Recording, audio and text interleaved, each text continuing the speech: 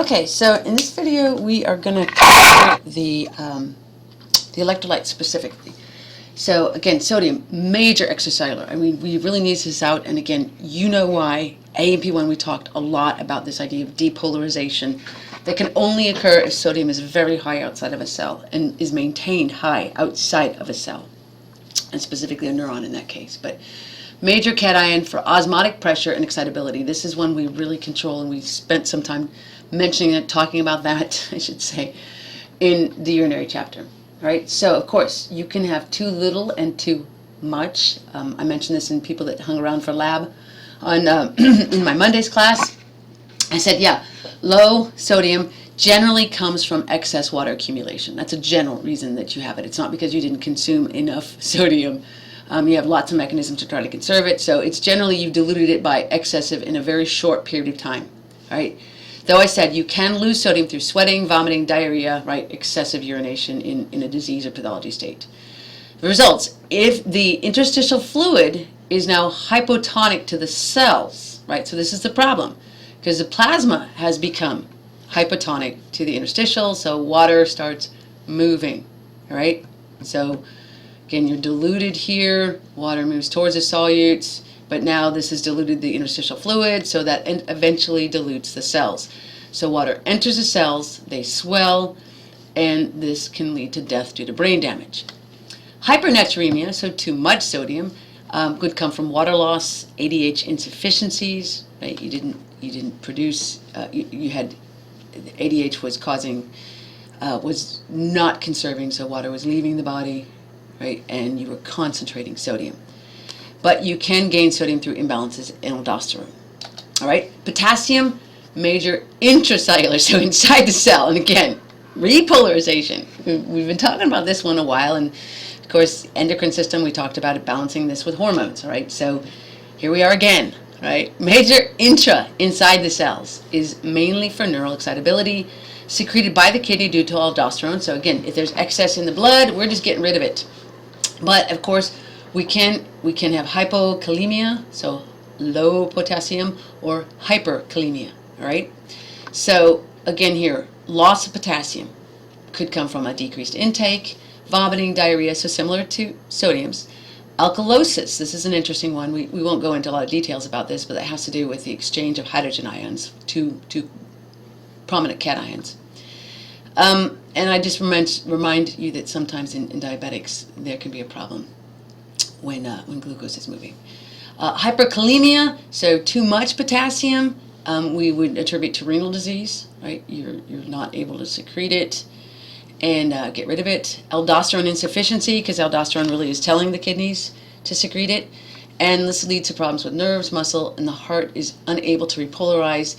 This will kill you very quickly, honestly. It is a way that we used to terminate organisms. We would just shoot directly into the heart a lot of potassium. All right, extracellular anions, the negatively charged stuff, the chlorides and bicarbonates. So there's a lot of these outside of cells. And a chloride, of course, goes with sodium, and you want to get used to the fact that bicarbonate is got to be out because it's going to serve as a buffer. All right, so again, chloride is the main extracellular anion following sodium. All right, so the negative following the positive, and helps to maintain osmotic pressure. High chlorides can be due to cystic fibrosis, and this is because the problem with cystic fibrosis is they don't make chloride channels to let it move. Bicarbonate, as an anion, is an important buffer in blood, and this will help maintain acid-base balance. So we're going to spend a lot of time looking at this towards the end of this chapter. And of course, recall that we're always producing bicarbonate, and of course, in the urinary chapter, we talked about the kidneys being able to make new bicarbonate. So, all right, calcium and phosphate.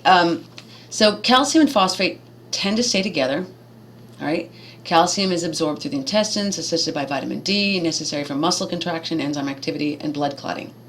Right, and so low calcium, calcemia, or hypercalcemia.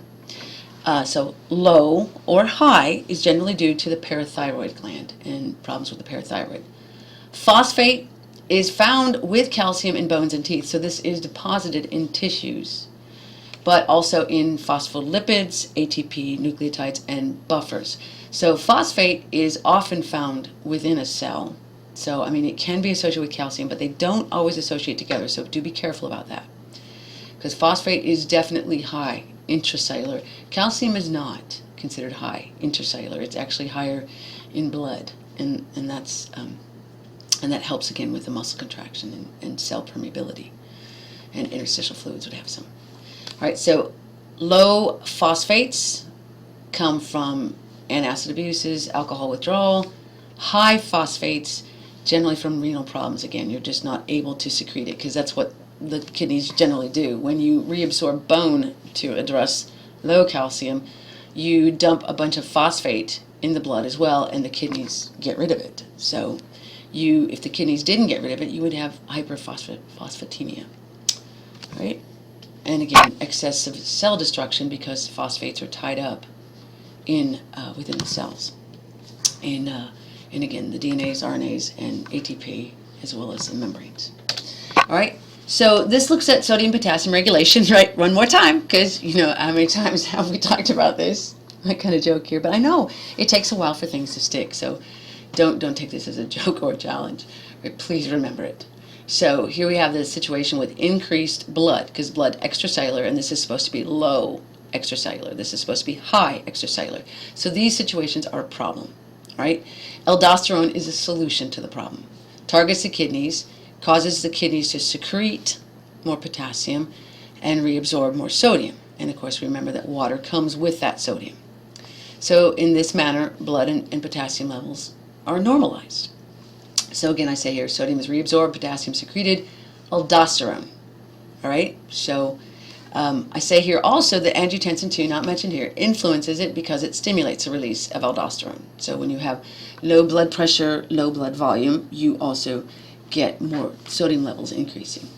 And then we have natriuretic hormones for sodium increases. So these ones, the atrial natriuretic peptides and the ventricular natriuretic peptides, they help get rid of sodium when there's an increase, because this cartoon really looks at a decrease. All right, regulating calcium and phosphate, again, you're really talking about the parathyroid hormones and calcitonin. All right, the chemical vitamin D, right, dihydroxyvitamin D, or calcitriol, so that's active vitamin D, will help with the absorption of calcium, right? So that's why that's in this list of regulators. So parathyroid hormone is a result of a decrease in blood calcium. It activates the osteoclasts, and you've been hearing this one since AMP1 and several times in AMP2, right? Activates these osteoclasts, the destroyers, and they start dumping calcium and phosphate into the blood. Helps produce calcitriol, right, active vitamin D, and therefore affects the absorption of calcium. And it also targets the kidneys, right? So these are the three targets, right? Bone, small intestines, and kidneys by default, and also kidneys here, for kidneys for reabsorption of calcium. I said, note there's an increased phosphate release, and I mentioned that in the last slide, with parathyroid hormone that must have increased excretion. So you have to get rid of that phosphate that comes in. That's why I said you can have high phosphate levels if you have renal problems. And calcitonin, of course, is when there's an increase, because we have to deal with both possibilities in the body. So calcitonin, increase in the blood calcium, and this would activate the osteoblasts, right, the builders, right, B builders, right, to take it out of the blood and put it into the bone. And it would, of course, decrease. This would increase reabsorption, parathyroid, decrease reabsorption, calcitonin. All right, and we're not going to do a review here. So acid-base balance, the last part of this chapter, and a very important part, because this is the part that really throws students, right? So here's our pH range, all right? So that you're just aware, you know, where things that you might be commonly using or drinking, right, fall in. So acids, of course, and bases, I color code them opposites, and they use typically the reds and blues here, but I just went with my reds and greens. But anyway, so acids are defined as electrolytes that ionize in water, right? So they have ionic bonds that release hydrogen ions, okay? So free hydrogen ions. Strong acids ionize more completely and release more hydrogen. Bases are substances that combine, right? So they pick up these free hydrogens, so they're no longer available to affect pH, right? Or low pH. They change it. They don't allow the pH to keep dropping. So bases combine with these hydrogen ions, and we call them bases or alkaline. And often, right, it's a negative ion that we're talking about here. We talk about hydroxyls, the OHs here, or bicarbonates. These are both types of bases. This one tends to be a weak base. This one's a stronger base. Okay, so I said strong bases ionize more completely and release more of these negative ions. Again, specifically negative ions that can combine with these. And that's why if you put a strong acid with a strong base, you get water. You get neutralized. All right, so regulation of these hydrogen ions. All right, I hope you're not surprised because pH is so important. It's an important characteristic and it affects a lot of your biochemistry. So acid-base balance entails regulation of the hydrogen ion. So we really focus on this specific thing. In the bodily fluids, how much hydrogen ion, free hydrogen ion, is there? And I said here, just to remind you, as I've already mentioned here, slight changes in hydrogen ions can alter the rates of enzyme-controlled metabolic reactions and shift distributions. So normal metabolic reactions generally produce more acid than base. Just like you, in other words, you have a greater tendency for acidosis than alkalosis, and this happens just because of your basic chemical processes, right? Cellular respiration produces lactic acids, pyruvic acids, right, and carbonic acids, right? The breakdown of phospholipids and nucleic acids is phosphoric acids. The breakdown of proteins, sulfuric acids. I mean, we have a lot of tendency to make acids. We talk about fatty acids, we talk amino acids, so yeah, you get the idea. All right, how do I counter these? Well, why don't I actually stop here for this video and come back and look at the buffer systems on the next video.